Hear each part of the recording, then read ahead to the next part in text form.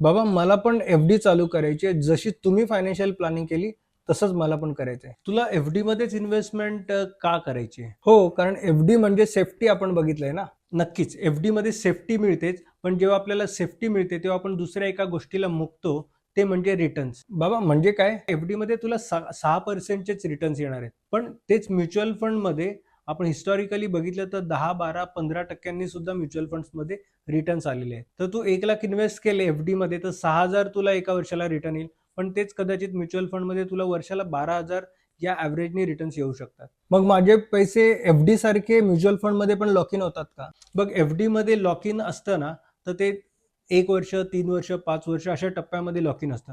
Mutual फंडमध्ये lock in वाले mutual funds आहेत.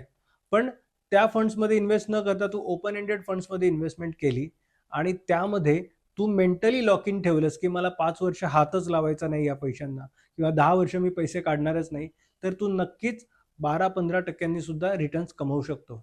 आणि हो, म्युच्युअल फंडचा तुला आणखीन एक फायदा सांगतो. एफ-डी बऱ्याचदा इन्फ्लेशनला सुद्धा बीट करत नाही.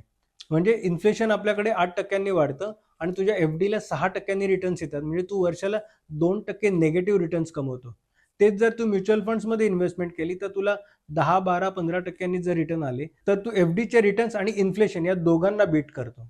तर मग इन्व्हेस्टमेंट कुठे करायची हे कोण सांगेल? तर आपले ट्रस्टेड म्युच्युअल फंड डिस्ट्रीब्युटर आहेत चंद्रकांत देव. या नंबरवर त्यांना तू संपर्क करू शकतो.